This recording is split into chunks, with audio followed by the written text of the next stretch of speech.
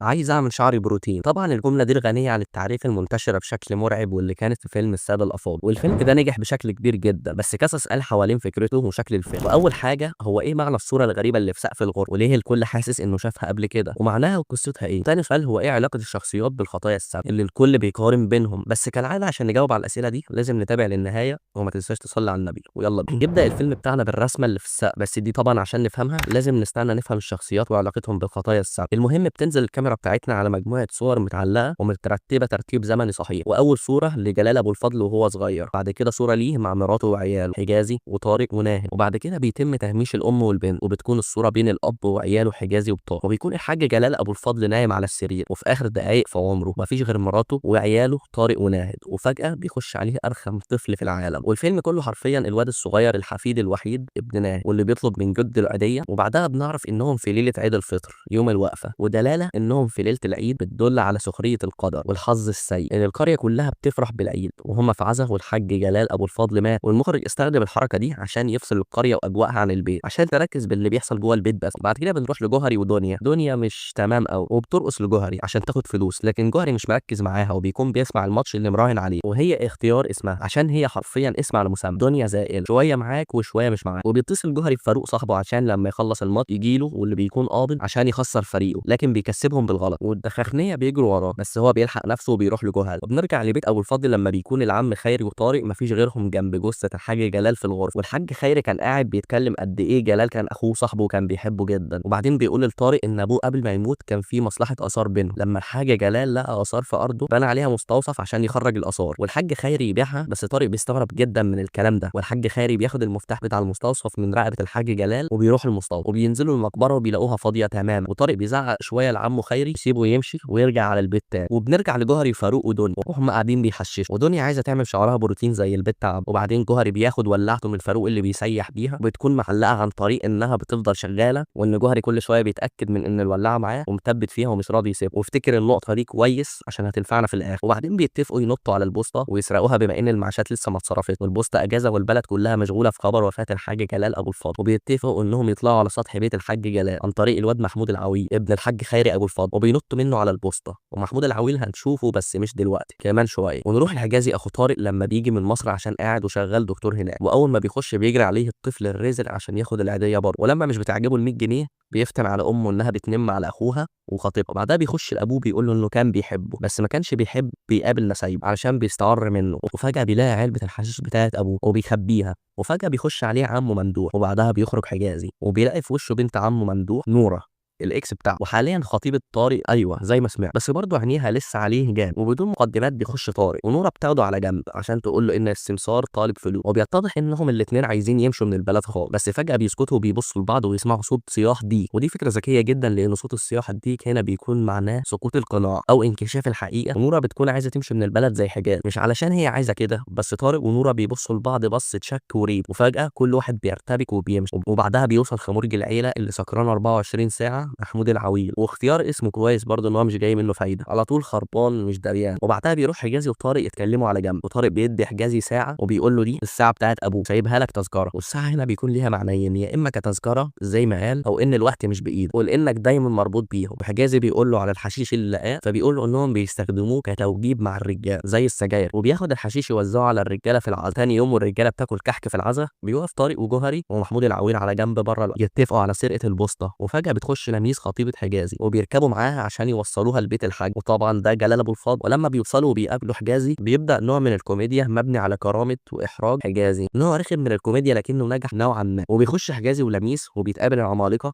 الاكس وخطيبها، ولما الموقف كان هيقلب اكشن بينهم بيجي السلاح السري للمخرج الطفل الصغير وبيقول لها هو حضرتك طنط اللي بتستعر مننا وتقولي علينا فلاحين، واللي بيبقى قادر يقلب ويغير اي مشهد في ثواني. ولما لميس بتحاول تحل وتهدي الدنيا بتطينها خالص، وحجازي اللي على طول غلبان وساكت ومتقبل كل شيء. وده بيوصل الشخصيه اللي بتعلي الفيلم اكتر وهي سمير قطاليا، بعون الله ملوش في الحلال، شغال في اي حاجه حرام بتجيب فلوس استغفر الله يعني، دايما ماشي شمال، وبياخد طارق وبيتكلموا في غرفه الواد الصغير، واول ما بيخشوا سمير قطاليا بيرزع طارق قلم مخبرين عشان بيقولوا له سمير من غير بيه، وبيكمل كلامه وبيقول له كان في مصلحه اثار بيني وبين ابوك وكنت دافع حربون 5 مليون، فتجيب الموميا وتاخد بقيه فلوسك يا تجيب ال 5 مليون قدامك ساعتين. واثناء الكلام بيقع طارق على دبدوب كبير واللي بيكون دوره زي دور العيل الصغير يكسر الملل الملل والجد، مش عايزين الموضوع جد واكشن، احنا عايزين هزل مبرر. وبعدين سمير بيسيب طارق ويخرج يقعد مع الرجاله بره في العزم، وبيروح طارق هو وامه للغرفه وبيلاقوا الحاج جلال ابو الفضل عايش ومش ميت. وهنا بنقف شويه عشان الامور بتبدا توضح. خلينا نشرح الاحداث ونختصرها. الحاج جلال ابو الفضل لقى اثار في ارض، وكان بيطلع ويبيع ومحدش كان عارف غير طارق ومراته واخواته، وممدوح وخيري برضه مش عارفين. ولما الحاج جلال حس ان اخوه خيري شكله عارف وممكن يبلغ البوليس، طارق قال له انت تعمل فيها ميت وغسلك وانت خارج نحط الموميا مكان وندفنها ونبيعها لما تغلى لاي حد هيحط سعر اعلى. بس الحوار قلب جد، وسمير ايطاليا دخل في الحوار وبيهدد العيله شخص شخص، وعمه طمعان في الاثار وعايز ياخد نصيب، وهيخلي اخوه نايم وبصمه على كل املاكه. وفاروق وجوهري بيسرقوا البوسطه، لكن في الاخر ممدوح ابو الفضل لما بيكشفهم بالفلوس بيثبتهم وبياخدها منهم. والموميا في الاخر فاروق وهو بيعدي من فوق البيت الحاج جلال بيقع في الحته اللي في النص ما بين البنين، ولما بيفوق بيخش الاوضه اللي فيها الحاج جلال، وبيلحق لما حد بيخش ويستخبى تحت السرير وبيلاقي الموميا وبياخدها ويخفي. وفي عز الستات واحده بتيجي وتقول لناهد تاخدها على جنب انها مرات الحاج جلال على سنه الله ورسوله، ودي ورقه الجواز، وان الواد اللي شغال في محل الحواوشي بتاعه واللي اسمه مبروك يبقى ابنه، والواد الصغير ابن ناهد بيسمعهم وبيروح يفتن عليهم لسته سميره مرات جلال ابو الفضل، وبتقوم حرب عند عز الستات والكل بيضرب في بعض. بس كفايه كده ونقف هنا عشان احنا مش عايزين نلخص، احنا عايزين نحلل الفكره. بس كان في كذا سؤال لازم عشان نجاوب عليهم نفهم الشخصيات واحداث الفيلم. هيظهر عندنا ثاني سؤال، وهو ايه علاقه شخصيات الفيلم بالخطايا السبع؟ الخطايا السبع دي لفيلم اجنبي مشهور سنه 1995، تتكلم قصه الفيلم عن محققين شرطه بيحققوا في سلسله جرائم غريبه جدا. القاتل بيختار ضحاياه على اساس الخطايا السبع المميته العقيده المسيحيه، والخطايا دي الطمع والغضب والحسد والشراهه والكسل والكبرياء والشهوه. كل شخصيه في الفيلم بتتربى على قمه الهرم في خطيئه. اول خطيئه منهم وهي الطمع. الطمع موجود عند الكل بشراهه. طمع جلال ابو الفضل في الموميا وانه قرر يسقعها عشان سعرها يعلى، طلب عليها يزيد. وطمع خيري اخو جلال في فلوس اخوه، ولما ما عرفش ياخد حاجه بصم اخوه على املاكه. وتاني خطيئه معانا وهي خطيئه الغضب، ودي موجود عند سمير ايطالي، عصبيته بسبب فلوسه ومكانته ورجالته لما ضرب طارق بالقلم جامد، ولما ضرب حجازي بالقلم برضه قدام الكل. وبرضه هنلاقي الخطيئه دي بتظهر في سميره مرات جلال، طول لسانها وايدها سابقين بعض. والخطيئه الثالثه وهي الحسد، ودي بتظهر في ناهد اختهم وهي بتحسد اخواته على الفلوس ومحبه ابوهم ليهم، ونسيانها بحكم وجوده في مجتمع ريفي ذكوري لا يحب المراه ولا يحترمها. وناهد الوحيده اللي بتتربع في الخطيئه دي. والخطيئه الرابعه وهي الشراهه، ودي مش موجوده غير في منصور والواد الصغير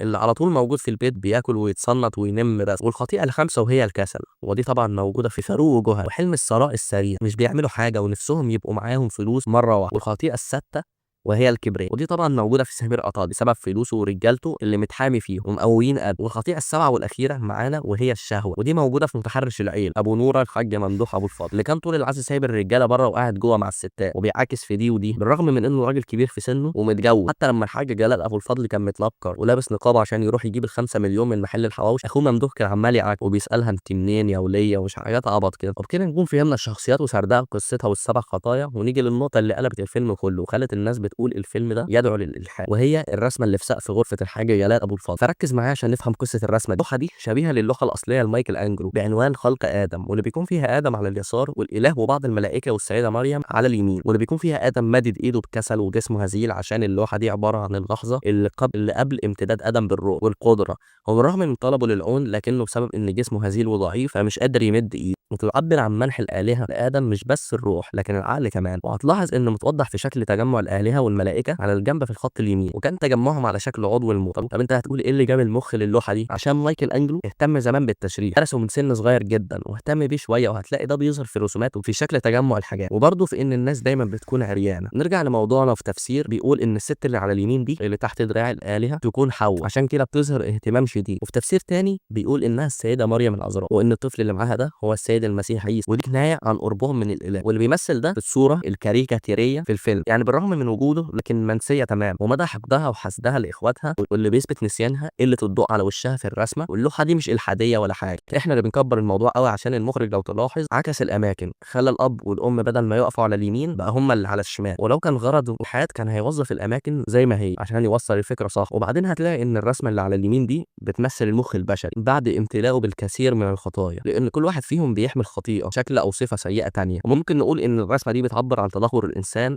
او الطفل الصغير واللي موجود في الرسمه الكاريكاتيريه ومش موجود في اللوحه الاصليه. هتلاحظ ان طارق مهما بيعافر عشان يوصل لابوه، حجازي مش بيبذل مجهود خالص ومش بيعافر اطلاقا زي طارق. بس بالرغم من كده جلال ابو الفضل ومراته سميره واللي بدورهم الاب والام مش بيبصوا ولا بيلاحظوا غير حجازي الابن الدكتور اللي عنده عياده على النيل في القاهره. بينما على الناحيه الثانيه الاخت ناهد اللي متحسره على اهمالها ونسيانها تماما نتيجه للمجتمع الريفي الذكوري اللي هي عايشه فيه. بس بعد ما فهمنا الاحداث وكل حاجه من الخطايا السبع والرسمه اللي في السقف، بس كان ايه نهايه كل شخصيه منهم؟ تعال نشوف. اولا بين الاخوات لميس ونوره طول القعده قافشين في بعض ومش طايقين بعض، ونوره بتحط قطعه تلج فيها توم على وش لميس مكان الحبايه اللي في وشها، ووشها بيبوظ اكتر واكتر، فبيقفشوا في بعض ولميس بتضرب نوره بسماعه الدش وتفتح لها دماغها. وام نوره وحجازي وطارق وناهد بيخشوا في مشكله عشان يحلوا، بس لميس بتزود المشكله اكتر وبتقول انا مش زعلانه من طارق خطيب نوره، على الاقل هو راجل مش زي اخوه. بس حجازي بياخد الكلمه على قلبه جامد، فبترمي لميس الدبله في وش حجازي وبتمشي تاخد عربيتها وبترجع على القاهره. وطارق بيتخانق مع نوره خطيبته ولها انها من ساعه ما حجازي نور في البيت وانت مش على بعض، وبترد عليه وتقول له قصدك ايه، وهو يقول لها قصدي يا نوره انت فاهماه كويس، وبترمي له الدبله وبتاخد امها وتمشي. وبيقف حجازي وطارق وناهد في الصاله بيبصوا لبعض ومحدش فيهم طايق التاني. لكن سميره من ساعه ما عرفت ان جلال ابو الفضل متجوز عليها وهي بتاخد الشنطه اللي فيها ال5 مليون ومفتاح العربيه وبتمشي ومحدش بيلحقها. وجوهري ومحمود العويل بعد ما بيسرقوا الفلوس وبيخلعوا العم ممدوح ابو الفضل ابو نوره بيقفشهم وبيثبتهم وبياخد الشنطه منهم وبيلاقيها مليانه فلوس وبيظن انهم سارقين الفلوس دي من بيت اخوه جلال. لكن محمود العويل بيقع بلسانه وبيقول له انهم سارقينها من البوسطه وبيقول لهم انه هيسلمهم للحكومه. لكن لما بيقولوا له خلاص وهنقسم الفلوس بيننا بيرفض وبيسيبهم بيتخانقوا مع بعض وبيضربوا بعض وبياخد شنطه الفلوس وبيقفلهم ويجري. لكن وهو بيجري بالفلوس على الطريق بيلف راسه يتاكد من الفلوس ويحسس عليها، وفجاه بيخبط ست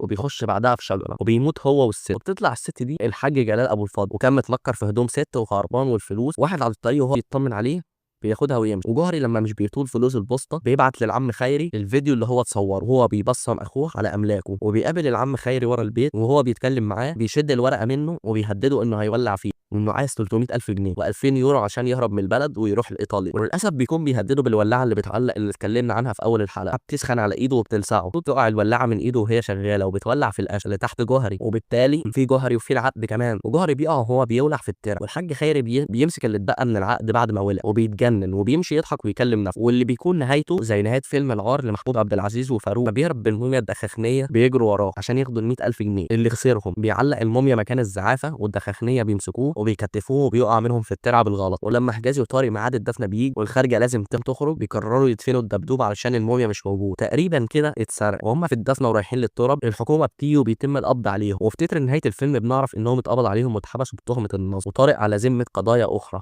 وجلال ابو الفضل اللي ولا فيه فضل ولا اي صفه حلوه واخترع الموت عشان يخدع الناس. وسميره بعد ما خدت الفلوس وخلعت رفعت قضيه خلع على جوزها جلال وكسبتها واتطلقت وخدت الفلوس وراحت اتجوزت عيل قد وغالبا هينصب عليها في الفلوس ويخلع. ومحمود العويل في الاخر اتجوز دنيا اللي هي مش مظبوط وهو اصلا ما يعرفش اللي فيها، وخلف منها 4 عيال مش شبهه نهائي وهو عاش معاهم. والموميا في الاخر كسبت. وفي النهايه المخرج كريم الشناوي مخرج عبقري جدا لانه ما تسرعش في سرد الفيلم وقرر يسرد كل شخصيه بتأني وهدوء تام ومش بيخلي الفيلم محطوط في حته التكرار، وعارف هو امتى الجد وامتى الهزار. ببساطه الفيلم عباره عن ميكس بين الجد القليل والهزل المبرر والعبث المنطقي. فيلم هايل، فيلم ممتاز، فيلم جميل، والقصه والسرد متماسكين جدا، وكمان مفيش كوميديا مصطنعه، كلها قايمه على المشاهد وبتتفاجئ من الافيه وبيعلق في دماغك. فيلم على المستوى الشخصي جميل جدا ونوع جديد من الكوميديا في السينما المصريه، فيلم نجح جدا طبعا. وبس كده، لو وصلت لحد هنا احب اشكرك جدا، وما تنساش تصلي على النبي، وما تنساش برضه تشترك في القناه وتفعل زر الجرس، وسلام.